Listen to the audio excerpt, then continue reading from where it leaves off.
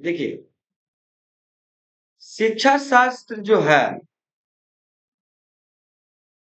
शिक्षा शास्त्र के सिद्धांतों को किताबों में पढ़ना एक बात है, लेकिन उन सिद्धांतों को एक बड़ी क्लास में, कक्षा में लागू करना बिल्कुल अलग अनुभव है। एक छात्र और अध्यापक या फिर इंटर्न के लिए व्यवहारिक अनुभव, प्रैक्टिकल टीचिंग एक्सपोजर, वह पुल है जो सैद्धांतिक ज्ञान को वास्तविक शिक्षण के बीच की खाई को पटाता है। मतलब हम थ्योरेटिकल तो कितना भी पढ़ लें, लेकिन जब तक प्रैक्टिकल टीचिंग एक्सपोजर हम लोग को नहीं मिलेगा, तब तक हम लोग बेटर शिक्षक नहीं हो पाएंगे। तो ये उसी बारे में है, आपके बेटर एक्सपोजर के बारे में है, एक्सपोजर के बारे में है। इंटर्नशिप कार्यक्रम के दौरान एक भावी शिक्षक के विद्यालय के वास्तविक माहौल को अनुभव करवाने का अवसर मिलता है। आप लोग किसी प्राइवेट स्कूल में जाइए और इस अनुभव करिए वहां के चीजों को। शिक्षण एक कला है, और किसी भी कला में महारत हासिल करने के लिए निरंतर व्यवहारिक अभ्यास आवश्यकता है और आवश्यक है। आपको एक आदर्श शिक्षक बनने के लिए थ्योरेटिकल नॉलेज तो चाहिए, लेकिन साथ साथ आपको प्रैक्टिकल नॉलेज भी चाहिए। आपको प्रॉपर कॉलेज में जाना पड़ेगा, स्कूल में जाना पड़ेगा, आपको पढ़ाना पड़ेगा। वो आपको एक्सपोजर वहीं पे आपको मिलेगा, प्रैक्टिकल एक्सपोजर मिलेगा आपको वहां पे। तो यहाँ पे हम थोड़ा सा स्टार्ट करते हैं अपना क्लास आज का। कक्षा का अवलोकन कैसे करना है हम लोगों को, ऑफलाइन क्लास में जाके हम लोग कैसे कक्षा का ऑब्जर्वेशन करना है। कक्षा अवलोकन क्या है, सबसे पहले हम जानते हैं। कक्षा अवलोकन,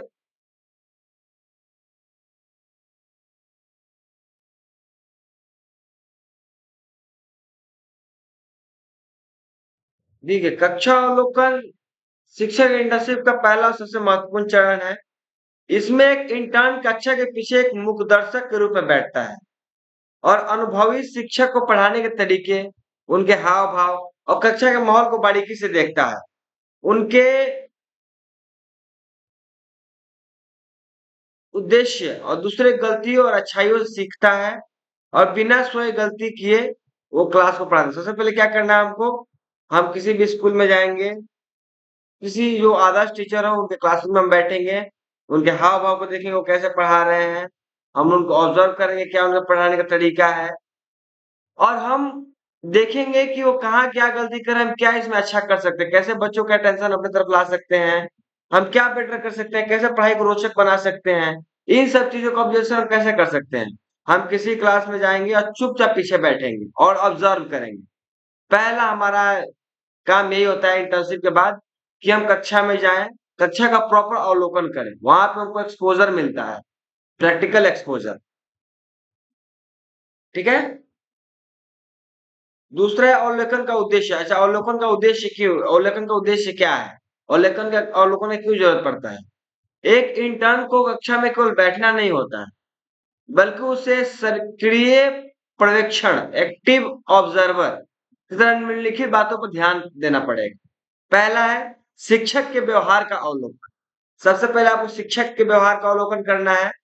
शिक्षक जब कक्षा में प्रवेश करते हैं तो उनका रवैया कैसा होता है, क्या वो मुस्कुराते हुए बच्चों का अभिवादन करते हैं, बोलते समय शिक्षक की आवाज, वॉइस मॉड्यूलेशन कैसी है, क्या वो पूरी कक्षा के आई कांटेक्ट बना रहे हैं, बोर्ड का इस्तेमाल कैसे कर रहे हैं, कितने प्रभावी ढंग से कर रहे हैं।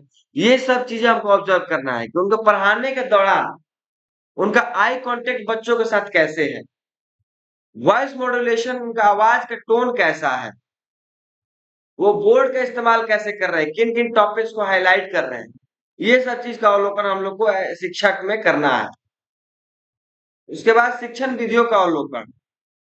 शिक्षक ने पाठ की शुरुआत कैसे की, किसी भी पाठ का, किसी भी लेसन का शुरुआत शिक्षक कैसे कर रहा है, क्या उसने पुराने ज्ञान को नए ज्ञान से जोड़ा है कि नहीं जोड़ा है, जो हमारा पुराना पद्धति चलता था, या फिर जो नई शिक्षा नीति आने के बाद वाली जो हमारी शिक्षण पद्धति है, क्या वो शिक्षक अपने आप को बदलाव कर पाया है कि नहीं पाया है। और बदलाव नहीं कर पाया तो आप उसकी जगह पर तो कैसे बदलाव करते हैं। आप एक प्रॉपर एक नोट्स लेके जाइए, उसे पूरा नोट डाउन करिए कि शिक्षक ने यहाँ पे ये बदलाव हो सकता था लेकिन ये बदलाव नहीं किया। बीच बीच में वो बच्चों से कैसे सवाल पूछ रहा है, बच्चों से सवाल पूछ के वो टॉपिक्स में एंगेज कर रहा है कि नहीं कर रहा है। ये सब चीजें आप थोड़ा सा ऑब्जर्व करो। अगर वो एंगेज नहीं करे, आपको लगा कि इस टॉपिक पे हम बच्चों को एंगेज कर सकते थे लेकिन सर नहीं किए, तो वहाँ हाईलाइट करो कि ये टॉपिक को हम बच्चों को एंगेज कर सकते थे। यदि कोई बच्चा विषय नहीं समझ पाया तो शिक्षक उसे दोबारा समझाए कि नहीं समझाए, ये सब चीजें हम लोग को ऑब्जर्व करना होता है।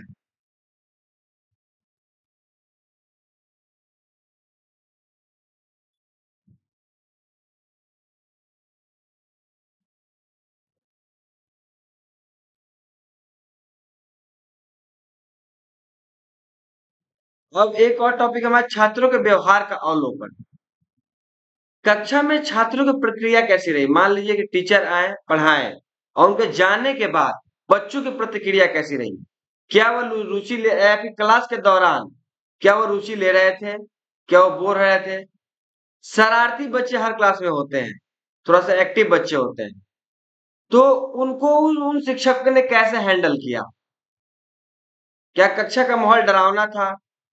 ऐसा माहौल बना दिए थे एकदम कि कोई हल्ला नहीं कर रहा है लेकिन सब डर रहे हैं, कोई कुछ समझ नहीं रहा है, सिर्फ डर के मारे सब चुप है। यह एक ऐसा माहौल था जहाँ पे बच्चे बिना झिझक के, एक ऐसा एटमॉस्फेयर था वहां पे कि बिना झिझक के शिक्षक से क्वेश्चन कर रहे थे बच्चे। अगर ऐसा माहौल था तो आप उसको टीचर के बातों को ध्यान सुनिए। अगर ऐसा माहौल नहीं है, वो डरा के पढ़ा रहे हैं, तो क्यों, क्या ऐसा करना है कि बच्चों को डराना पड़ रहा है? तो आप अब चीजों को ऑब्जर्व करिए वहां। ठीक है। अब जैसे कि हम बताए हैं आपको क्या लेके जाना है, ऑब्जर्वेशन डायरी। एक इंटर्न के लिए अवलोकन डायरी बनाना अनिवार्य है, क्योंकि आप उसमें जितने भी आप दिन भर अवलोकन किए, दिन भर आप जो ऑब्जर्व किए वो अपने डायरी पे लिखोगे और उसको अपने आगे के जीवन में, जो आपका शैक्षणिक जीवन जो स्टार्ट होगा या शिक्षक आपका जीवन स्टार्ट होगा, उसमें आप इसको लागू करोगे। तो एक इंटर्न के लिए अवलोकन डायरी बनाना बहुत अनिवार्य होता है। इसमें वो हर दिन देखे गए पाठ, शिक्षक का नाम, विषय, कक्षा और अपनी कमेंट्स, मान लीजिए कि कमेंट्स में क्या लिखेगा? मान लीजिए कि कोई टीचर है, कोई क्लासरूम 6A में कोई संजय नाम का टीचर है, संजय कुमार टीचर है, उनका विषय हिंदी है।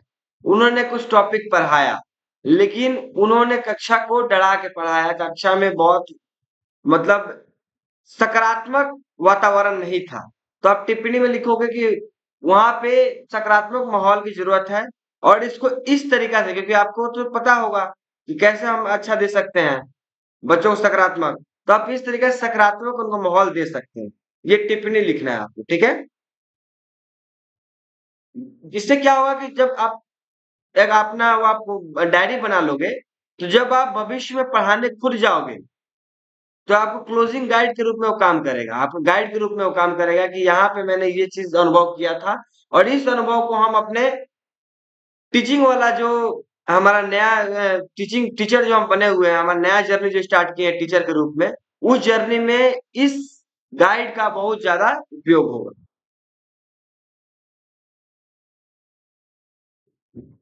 शैक्षणिक शिक्षक अभ्यास, टीचिंग प्रैक्टिकल।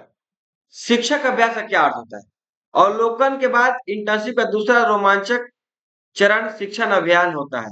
यहाँ पे इंटर्न दर्शक के सीट से उठकर शिक्षक के मंच पर आता है। यह वह समय है जब एक भावी शिक्षक वास्तविक कक्षा में आकर अपनी पाठ्य योजना के अनुसार बच्चों को पढ़ाता है।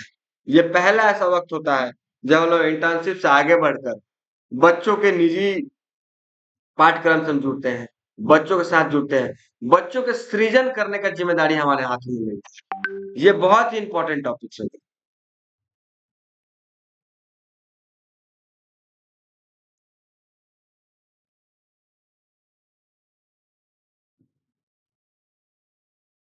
देखिए, शिक्षण अभ्यास के मुख्य चरण क्या-क्या होते हैं?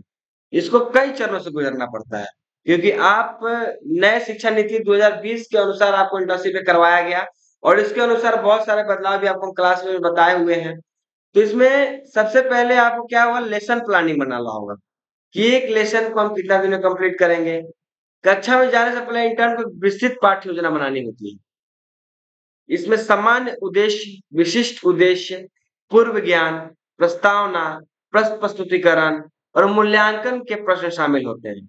यह एक अच्छी योजना आधे जीते गए युद्ध के समान होती है। अगर आप एक अच्छी योजना के साथ क्लासरूम में जाते हैं तो आप आधा युद्ध वहीं जीत गए। आप आधा युद्ध जीत गए और बच्चों को आप बहुत ज्यादा कॉन्सेप्ट आप क्लियर कर पाइएगा जब आपका पाठ्यक्रम क्लियर रहेगा, लेसन प्लानिंग आप करके आगे जाइएगा। उसके बाद शिक्षण प्रणाली सामग्री, टीचिंग लर्निंग मटेरियल। पढ़ाते समय केवल किताब का उपयोग करना पर्याप्त नहीं, क्योंकि हम लोग नए शिक्षा नीति 2020 के अनुसार हम लोग जाने कि बहुत सारा चीज, जैसे कि इंटर्न को चार्ट चार्ट पेपर का इस्तेमाल करना है, 3D मॉडल्स आ गई हैं। जैसे कि हम लोग जूनियर लेवल पे जा रहे हैं तो मैथ का किट आ रहा है। आपको सौर मंडल, सौर मंडल का पूरा प्रॉपर प्लेनेटरी सिस्टम का पूरा आ रहा है आजकल। तो ये सब चीज 3D मॉडल्स को हम लोग को मैनेजमेंट से परचेज करवाना है और उस पे पढ़ाना है। फ्लैश कार्ड यूज कर सकते हैं, स्मार्ट बोर्ड, पीपीटी बना सकते हैं। आप पीपीटी बनाने के लिए आपको थोड़ा सा मेहनत करना होगा। आप कुछ एआई चैनल, एआई से आप कुछ जानकारी इकट्ठा कर सकते हैं, कुछ किताब से जानकारी इकट्ठा कर सकते हैं। जिस टॉपिक को आपको पढ़ाना है, एक दिन पूर्व, एक दिन पहले आप लोग पूरा पढ़िए उसको, उसका प्रॉपर पीपीटी बनाइए और पीपीटी के माध्यम से बच्चों को पढ़ाइए, ताकि वो पीपीटी आप पढ़ाने के बाद अगर क्लासरूम से निकल भी गए तो उनके पास वो पीपीटी रहे, और जब भी वो पीपीटी को पढ़े उनको वो जो टॉपिक आप पढ़ाए उनका टॉपिक को क्लियर हो जाए।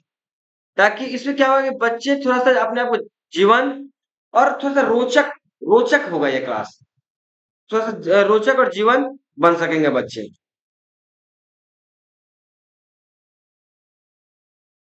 देखिए, कक्षा प्रबंधन भी बहुत जरूरी है।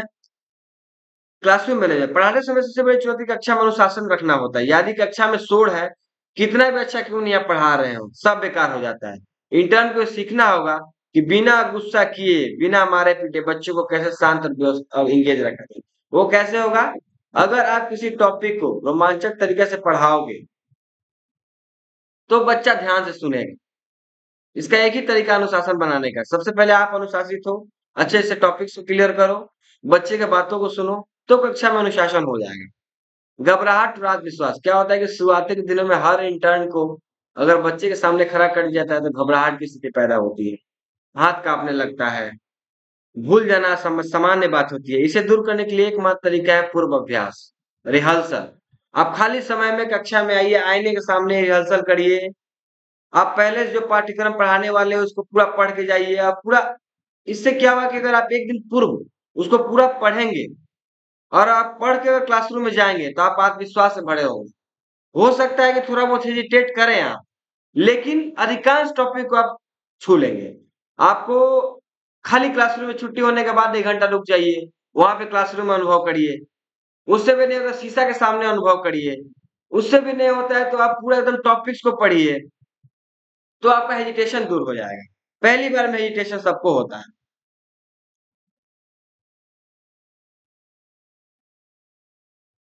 अब छात्र की अंतःक्रिया, स्टूडेंट इंटरेक्शन सबसे जरूरी है। मान लीजिए हम जो पढ़ा रहे हैं वो बच्चा समझे ही ना, तो फिर पढ़ाने का कोई मतलब नहीं है। तो छात्र अंतःक्रिया का महत्व क्या होता है?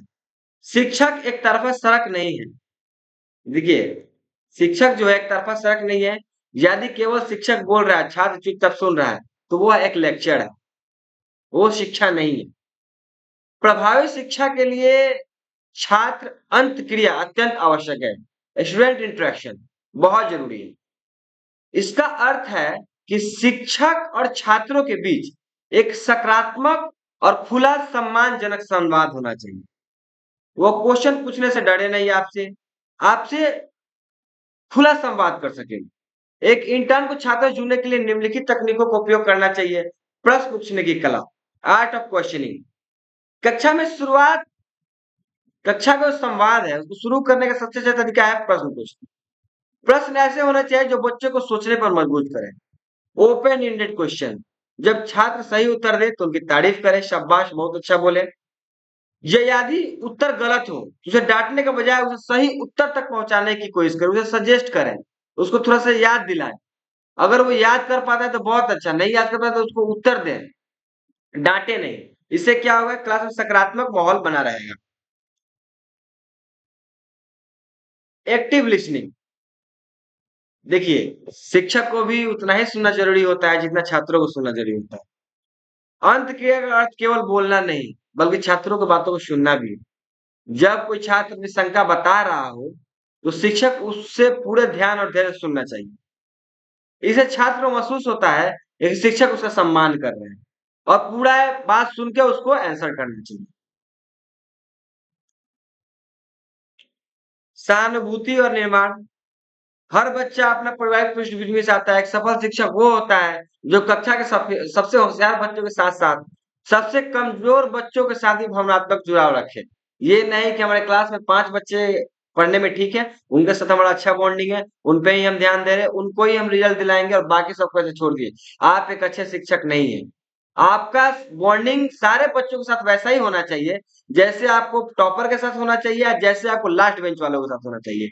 आपका जो व्यक्तिगत समस्याओं को समझने की काबिलियत है, वो दोनों बच्चों के लिए समान होना चाहिए। आपका इमोशनल बॉन्ड जो भावनात्मक विचार है, भावनात्मक जुड़ाव है, वो सब बच्चों के साथ समान होना चाहिए।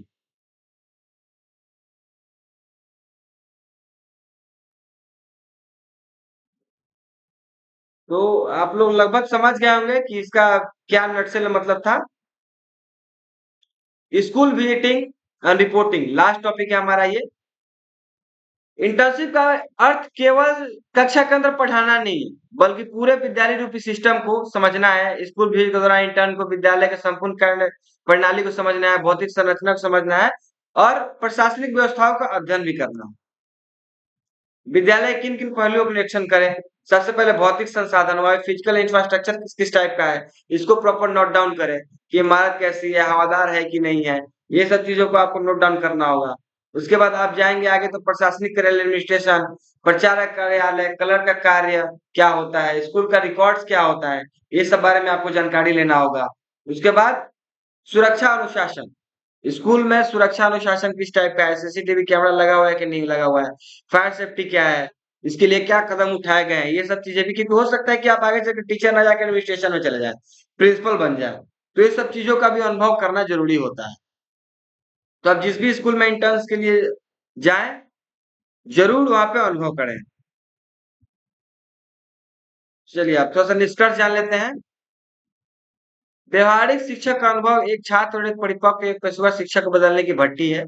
व्यवहारिक शिक्षक अनुभव एक छात्र को परिपक्व और पेशेवर शिक्षक बनने की भी भट्टी है।